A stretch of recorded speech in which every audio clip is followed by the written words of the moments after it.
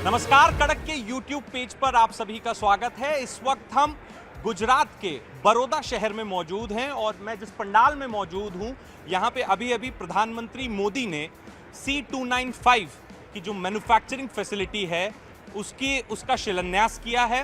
बाकायदा उनके साथ देश के डिफेंस मिनिस्टर राजनाथ सिंह मौजूद थे, गुजरात के मुख्यमंत्री भूपेंद्र पटेल थे, ज्योतिरादित्य सिंधिया मौजूद थे और तमाम और डिग्निटरीज थे। एक ये विशाल पंडाल यहाँ पर लगाया गया था। आप देख सकते हैं एक भव्य तरीके से टाटा एयरबस कंसोर्शियम जो कि इस फैसिलिटी को बड़ौदा में बना रही है, आज शिलान्यास किया गया है। 2026 तक पहला मिलिट्री ट्रांसपोर्ट एयरक्राफ्ट बड़ौदा में तैयार होगा जो कि इंडियन एयरफोर्स को सुपुर्द किया जाएगा। एक हिस्टोरिक डे है आज, क्योंकि अभी तक भारत में एयरक्राफ्ट्स नहीं बनते हैं।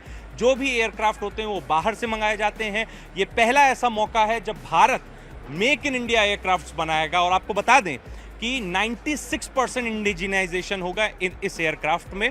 और सबसे महत्वपूर्ण ये बात है कि इससे जो लोकल इकोनॉमी है, जिसे कहते हैं, वो 360 डिग्री टर्न लेगी, क्योंकि जो छोटे MSMEs हैं, जो छोटी यूनिट्स हैं, उनको बाकायदा आउटसोर्स किया जाएगा, उनको कॉन्ट्रैक्ट दिया जाएगा कंपोनेंट्स का। और बताया ये भी जा रहा है कि न सिर्फ गुजरात के, बस आसपास के भी राज्यों की जो छोटी कंपनीज हैं उनको ठेके दिए जाएंगे। तो एक तरीके से लोकल लेवल पे रोजगार जनरेट होगा। हिस्टोरिक इसलिए क्योंकि भारत एयरक्राफ्ट बना रहा है और जो छोटे उद्योग हैं, जो कि बेचारे हमेशा, जिसे कहते हैं, हर सरकार उनको हाशिए पे रखती है, उनका योगदान होता है बट कोई सरकार उनकी सुनती नहीं है, तो उन छोटे उद्योगों को काफ़ी फायदा होगा। मेरे साथ एयरस्पेस में ये कंपनी है गार्डनर, उसके ओनर बिजनेस डेवलपर मेरे साथ यहाँ पे मौजूद है। आपका नाम सर? माय नेम इज किरण, आप यहाँ पे आज आए हैं। प्रधानमंत्री जी की सभा थी, C295 की मैन्युफैक्चरिंग यूनिट को सुपुर्द दिया गया गुजरात को। कैसा महसूस करते हो कि आपको लग रहा है कि आपकी कंपनी को भी आगे चल के एयरबस का ठेका मिल सकता है, कॉन्ट्रैक्ट मिल सकता है? हाँ, हम ऑलरेडी एयरबस का कॉन्ट्रैक्ट मैन्युफैक्चरर है। हाँ। उसका सप्लायर काउंसिल पार्टनर मेंबर भी है। हाँ। मगर डिफेंस में हमारा ये पहला कदम है और ये भारत में और भी आगे प्राइवेटाइजेशन के और मोदी जी ने बताया कमर्शियल एयरक्राफ्ट का भी ये शुरुआत है, शुरुआत है। तो 2031 तक इंडियन एयरफोर्स को डिलीवरी होगी और उसके बाद कमर्शियल एयरक्राफ्ट्स भी बनेंगे। शायद यही पहला स्टेप पड़ाव है। उसके बाद आगे हम कितना इम्पोर्टेंट है ये लोकल इंडस्ट्री के लिए, यहाँ लोकल इकोनॉमी के लिए कितना महत्वपूर्ण है ये मैन्युफैक्चरिंग यूनिट? बहुत होगा, क्योंकि हमारे पास टेक्नोलॉजी भी है और we have the resources as well. All we got to do is we had to place the right people, right customers in place. Government was always a stepping stone for the foreign companies to come in and invest in India. So now, because of stable government what we have, that's the reason more FDIs are happening in India, a lot of investment happening, a lot of growth opportunities there. Like what I feel is, if we are able to increase like 10 rupees of business for India, 10 people will get the job and 10 family will be fed. So that's हम सब लोग बड़े हुए हैं Airbus और Boeing पे documentaries देख के, ठीक है। हमको कभी ये भरोसा भी नहीं था कि इस तरह की कोई मैन्युफैक्चरिंग यूनिट कभी इंडिया में लग सकती है या इस तरह की तकनीक इंडिया में आ सकती है। तो मेरे लिए स्वयं में एक हिस्टोरिक डे इसलिए भी है क्योंकि जैसा मैंने बताया कि हम सब सिर्फ डॉक्यूमेंट्री देखते थे छोटे में कि कैसे एयरबस बोइंग बनाता है, एयरबस प्लेन बनाता है, कैसे बोइंग जहाज बनाता है। उसके बाद हो रहा है। सर ये बताइए, मोदी जी ने एक और बहुत महत्वपूर्ण बात आज अपनी स्पीच में कही। बोले जो पुरानी सरकारें थी वो सब्सिडी दे के मैन्युफैक्चरिंग यूनिट को जिंदा रखते थे। मतलब एक होता है कि भाई आप अपने दम पे जिंदा हो, आप अच्छा काम कर रहे हो तो जिंदा हो, ग्राहक आपसे सामान खरीद रहा है, आपको पैसे दे रहा है, आपका धंधा चला। एक होता है सरकार के सब्सिडी के पे जिंदा रहना। तो मोदी जी ने बोला इस मानसिकता को खत्म करना है, तो ये उसको लेके भी एक महत्वपूर्ण स्टेप है। कैसे देखते हैं आप मोदी जी के इस बयान को? मोदी जी का जो ये बयान है वो दुनिया के लिए एक बहुत अच्छा मिसाल है, क्योंकि लोग चाहते हैं और गुजरात भी चाहता है और देश भी चाहता है कि इंडिया में कुछ डेवलपिंग हो। लोग अभी तक क्या सोचते थे कि रसिया से लेते थे हम कई मिसाइल्स और कई चीज़ें, एयरक्राफ्ट के लिए भी हम, जो हमारे पास कोई इंडस्ट्री इसके लिए थी ही नहीं। ये पहला कदम है और ये कदम बहुत आगे जाएगा, बहुत आगे। हम लोग जो है अभी गुजरात सरकार के साथ कोलैबोरेशन किए, हमने एयर एम्बुलेंस शुरू किया है तो एयर एम्बुलेंस का प्रोजेक्ट हमारा अच्छा चल रहा है, उसमें भी रिस्पांस बहुत कम मिल रहा है, लेकिन जो हम स्टार्टअप है हमारा, तो हमको उसका अभी सपोर्ट मिल आप रहा है। शायद एरोस्पेस और ड्रोन की इंडस्ट्री है। या ड्रोन, और हम Industry से अभी आप। जो एयर एम्बुलेंस चला रहे हैं गुजरात से, अच्छा। गुजरात में ही जगह से हम एयर एम्बुलेंस चला रहे आप हैं। उस बिजनेस में Yes. तो एरोस्पेस इंडस्ट्री का ही एक ना Yes, एक तरीके yes, से पार्ट yes, है। तो yes. आप लोग तो बहुत ही एक्साइटेड होंगे Yeah. क्योंकि एक अपने आप में, जैसे मैंने बोला ना कि एयरबस Yeah. और बोइंग को एसोसिएट होना, मतलब यूरोप के बाहर पहली बार एयरबस जहाज बनाएगा। सर, आप मजगांव डॉक से हैं, आप अपने आप में ही आप लोगों ने मिसाल शिप बिल्डिंग में कायम की है, ठीक है। हम लोग काफ़ी सालों से, मैं आऊँगा आपके पास सर, हम लोगों ने काफ़ी सालों से मजगांव डॉक में जो भी शिप बिल्डिंग होती है उसको हम लोग देखते आ रहे हैं। आप समंदर के राजा एक तरीके से आएंगे, जो अरेबियन सी और इंडियन ओशियन का है। अब इंडिया स्पेस में भी किंग बनने को, एरोस्पेस की इंडस्ट्री में भी किंग बनने को तैयार है। कैसे देखते हैं इस स्टेप को, इस एक महत्वपूर्ण दिन को आप कैसे देखते हैं? जैसा कि आप जानते हैं कि ये project cost more than 22,000 crore का है और ये लेबर ओरिएंटेड जॉब है, तो छोटे छोटे एमएसएमई को आगे आने का एक अपॉर्चुनिटी है। नए युवा लोग नई इंडस्ट्री स्टार्ट कर सकते हैं और not only that we will give service, we can explore to invent new things here. और एक रिसर्च एंड डेवलपमेंट भी ऑफ कोर्स, बिकॉज अगर हम सामान देखते हैं तब हम उसको बना सकते हैं। जो सज्जन एयरबस की तरफ से आए थे मंच पे बैठे, तो उन्होंने एक बात बड़ी महत्वपूर्ण कही, वो दर्शकों को भी बता दे कि उन्होंने बोला मेक इन इंडिया भी होगा, सप्लाई इन इंडिया भी होगा और इनोवेट इन इंडिया भी होगा। तो वो खुद भी तैयार हैं ये इंडिया को एक हब बनाने के लिए। आप जब कोई इक्विपमेंट देखते हो तो आपको एक जिज्ञासा होता है कि आप ये बनाओगे, और जब आप स्टार्ट करोगे, क्योंकि एक कहावत है कि जब ये स्टार्ट करते हो तो 50% काम वहीं स्टार्ट हो जाता है, ख़त्म हो जाता है। नेक्स्ट 50% के लिए आपका एफर्ट होता है। और आज के समय में जो हमारे एजुकेशन लेवल है, वी कैन बीट एवरीथिंग।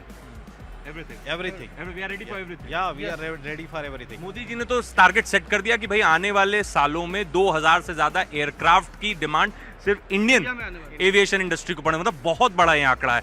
10 सालों में मुझे लगता है तकरीबन 1100 से 1200 एयरक्राफ्ट की खरीद हुई है भारत में। अब 2000 का नया टारगेट सेट हुआ है 10 से 12 साल में। इस क्या यही एक कारण है कि यूरोप की एक कंपनी जो कि विश्व जगत पे जिसे कहते हैं, जिसका कब्जा है एरोस्पेस के बिजनेस में, वो यूरोप छोड़ के, एशिया छोड़ के, एशिया पैसिफिक छोड़ के इंडिया को उसने चुना निवेश? क्या आपको लगता है यही है, क्योंकि उनको भी दिख रहा है कि भाई कमर्शियल स्पेस में बहुत यहाँ पे स्कोप है? इंडस्ट्री चलाने के लिए चाहिए एक तो मार्केट, दूसरा इंफ्रास्ट्रक्चर और थर्ड है रिसोर्स। भारत में ये सभी चीज़ मौजूद है। जैसा मोदी जी ने बताया, India is the third largest air traffic India में है, हाँ है। और आने वाले समय वो सेकंड नंबर पे पहुंचने वाला है। जिस हिसाब से करंट गवर्नमेंट इंफ्रास्ट्रक्चर पे जोर दे रही है, तो इंडस्ट्रीज़ को एक अच्छा रेडीमेड इंफ्रास्ट्रक्चर मिलेगा। साथ में ही जो रिसोर्सेज है, मैन पावर रिसोर्स हो, टेक्निकल रिसोर्स हो, नॉलेज का रिसोर्स हो, रिसर्च एंड डेवलपमेंट हो, वो भी भारत एक ऐसा कॉम्पिटेंट कंट्री है कि उसमें सभी कुछ अवेलेबल है। आपने अब तक देखा होगा कि दुनिया की टॉप 10 कंपनीज में से 5 कंपनीज के CEO इंडियन ओरिजिन, तो ऐसे ही इंडियन ओरिजिन यहाँ पे भी है, तो they can also do wonders. तो गवर्नमेंट आज जैसे मोदी जी ने बताया कि बाकी गवर्नमेंट सब्सिडी देकर छूट जाती थी, हाँ। इन्होंने इंफ्रास्ट्रक्चर और पूरी इंडस्ट्री सब्सिडी पे चली है। रिसोर्स और इंफ्रास्ट्रक्चर को स्ट्रेंथन किया, ताकि इंडस्ट्रीज अपने आप सर्वाइव हो सके, आगे डेवलप हो सके। अच्छा, आज से कुछ साल पहले एक परसेप्शन था, वो दर्शकों से भी मैं शेयर करना चाहूंगा, कि aviation industry is full of glamour but full of losses also. The industry is bleeding, none of the airline companies are making profits, they are working on a break even format, ठीक है, कि भाई कुछ मुनाफा होता है तो उससे ज़्यादा पैसा लग जाता है। क्या ये परसेप्शन भी अब कहीं ना कहीं भाई साहब बदल रहा है? मैंने जब एयर एम्बुलेंस शुरू किया गुजरात में, गुजरात सरकार के सपोर्ट से, तो हमने 2019 कोरोना आ गया, 2021 तक में करीब 12 से 15 करोड़ का नुकसान किया। बाद में सोचा कंपनी बंद कर देते हैं। धीरे धीरे मिनिस्ट्री को मिलके थोड़ा रेट घटा के, तो अभी क्या है, 2-3 चीज़ बहुत इंपॉर्टेंट है इंडस्ट्रीज़ के लिए। जो एयरपोर्ट होता है, वहाँ पे जो स्पेस चाहिए, जो रेंटल स्पेस चाहिए, जो लगाने के लिए 10 मिनट्स 20 मिनट्स का जो चार्जेस होते हैं, वो इज़ वेरी हाई।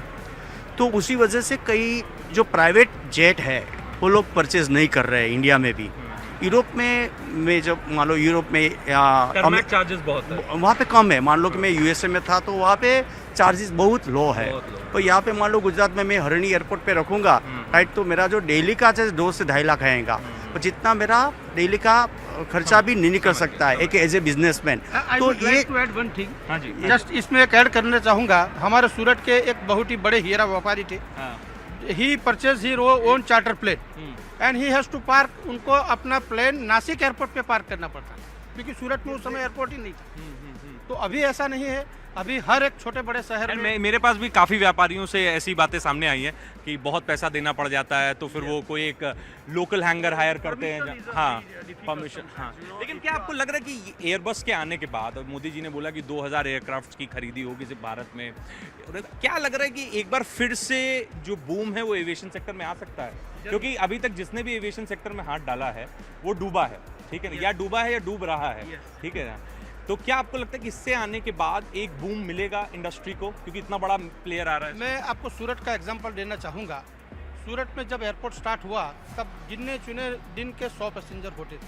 आज एक महीने में ही 3 लाख पैसेंजर सूरत एयरपोर्ट से ट्रैवल करते हैं। 3 lakh passenger even first international travel भी वहाँ से जब स्टार्ट हुआ तो अभी सूरत से ही इतने इंटरनेशनल पैसेंजर्स मिल रहे हैं कि डायरेक्ट थाईलैंड, इंडोनेशिया, सब बड़ी बड़ी कंपनीज अपना डायरेक्ट चार्टर फ्लाइट सूरत से इंटरनेशनल एयरपोर्ट से उठा रही है। इंडिया की सबसे पॉजिटिव पॉइंट और सबसे अच्छी बात यह है कि इंडियन एविएशन इंडस्ट्रीज को पैसेंजर्स मिलेंगे, उनको मार्केट ढूंढने के लिए कहीं और जाने की जरूरत नहीं। अब हम तो देखा आपने किस प्रकार से बड़े उद्योगपति जो देश के हैं, नामी गिरामी उद्योगपति हैं, वो सब भी यहाँ मौजूद थे। करण अदानी मौजूद थे, नियोल टाटा मौजूद थे, लक्ष्मी निवास मित्तल थे, तमाम और उद्योगपति थे। पर जो व्यापारी हैं, जो इंडस्ट्रीज़ हैं जिनका सच में योगदान है, जैसे एरोस्पेस में गार्डनर काम कर रही है, सोलंकी साहब एयर एम्बुलेंस की इंडस्ट्री में काम कर रहे हैं, मसगांव डॉक का अपने आप सबको योगदान पता है, नेशन बिल्डिंग में, मैन्युफैक्चरिंग सेक्टर में है भाई साहब। तो ये जो छोटे व्यापारी हैं, इनका जो योगदान है वो किसी एक बड़े इंडस्ट्रियलिस्ट से कहीं ज़्यादा है, क्योंकि ये अपने लोकल लेवल पे बिजनेस देते हैं, सब कॉन्ट्रैक्ट करते हैं, तो जो इकोनॉमी रन करती है स्मूथली, उसमें इनका बहुत बहुत योगदान है। आप लोगों का साहब बहुत बहुत शुक्रिया देश नेशनल बिल्डिंग के लिए। हाँ जी, CNBC का थैंक यू अदा करता हूँ। मैं गुजरात का हूँ, बड़ौदा से हूँ।